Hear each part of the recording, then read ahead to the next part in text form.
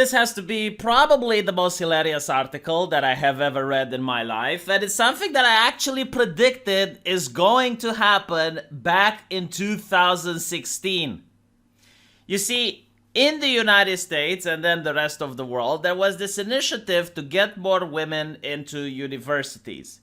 And I predicted that when you're going to get 50% men and 50% women, they're still going to push for more women. And it's going to have some very interesting consequences. And one of the consequences that I have predicted was that women are going to be unhappy. Why? Because everyone who goes to university doesn't go to university just to study. They also want to start their romantic life. They also want to meet a significant other.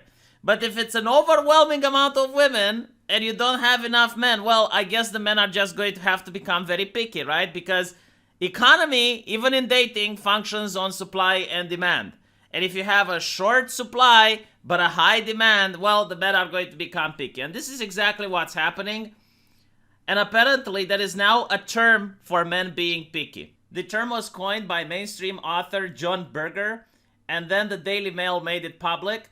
It's called golden penis syndrome, and it's causing a serious concern. Really? Really? So what is golden penis syndrome? Well, according to this, it's when men are thinking of themselves as a hot commodity and are letting their ego drive their romantic lives. Oh, Dios mío, how dare they? These assholes, how dare they be picky? Don't you know that if you're a man, you get what you get and you're happy with it? What do you mean you get to choose? Unreal, right? But to me, the reason this is not surprising is that I see this happening in video games. So there's this game called World of Warcraft, and I'll try to break it down for people to understand what I'm talking about. The game is focused on teams, and in a team you have different roles. One of the roles can be doing damage to the enemy, another role can be being a healer, and finally another role was that of the tank. The tank is the person that goes in front, keeps the monster occupied, he takes all the punishment, and while the other team does their thing. And there were very few players that wanted to play a tank because it was boring. It wasn't as interesting as, you know, trying to do as most damage as possible or trying to heal the other team as effectively as possible. So there were very, very few people who were tanks. And because of that, they were incredibly sought after. Like, every team required a tank to play. So they all tried to attract the best tank into their team. And you notice how the personality of the player, like, if you actually met a good tank, he was arrogant, he was vile, he was toxic. Why is that? Why is it? Because they could afford to be like that. Because if you were, like, let's say a damage dealer and you were arrogant, people would just not play with you.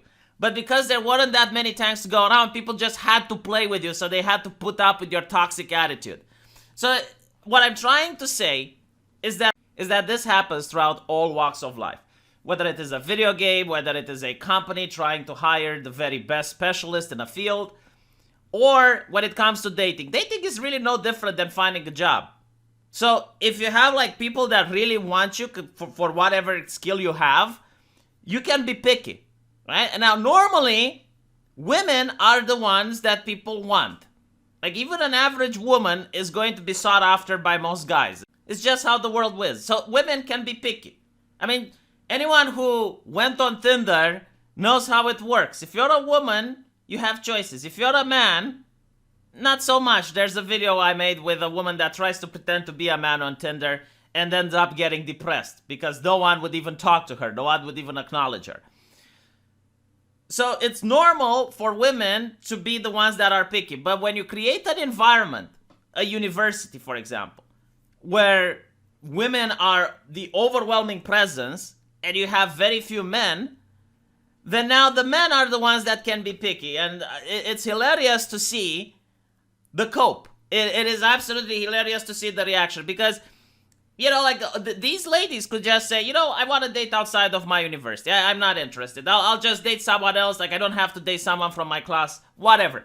But the problem that happens, and I notice this time and time again, like, a lot of people think that, you know, women are after money. That's not really true. I think women are more after social status because you can have a plumber that earns far more than someone who goes to university and becomes a an expert in lesbian dancing mastery or whatever, that person is going to consider themselves as smart, educated. Why? Because they have a piece of paper that says they're at the university. So that makes a person intelligent.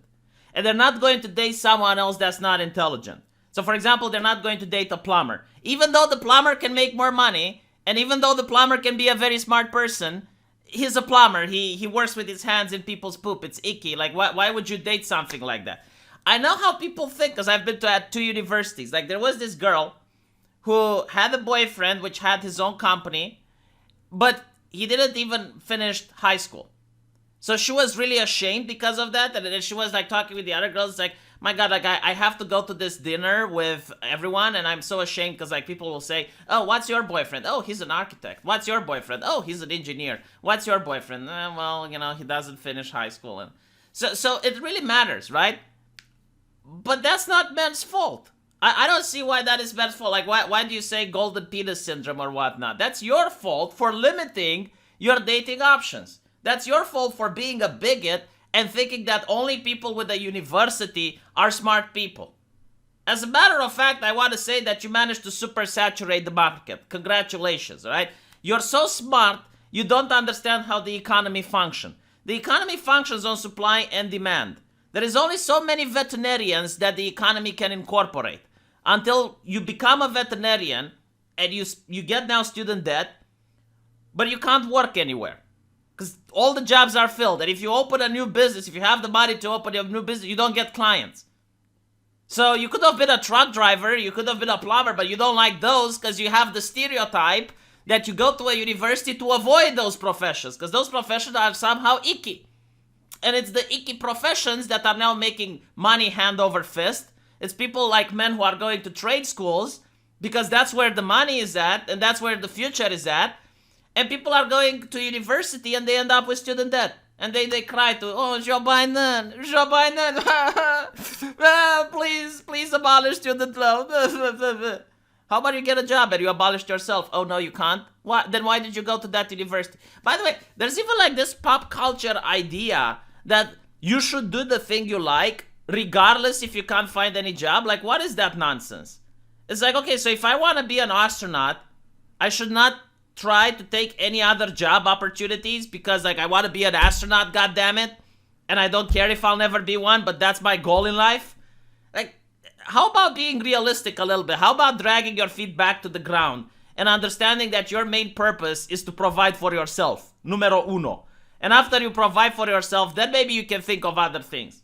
So if you know that going to universities to become the master of lesbian dance studies or whatever isn't going to give you a job and isn't going to provide food on the table, then maybe don't do it. You know, maybe do it as a hobby. Maybe after you have a job and after you can provide for yourself and you want to delve into the mysteries of that dance theory, then you can do it.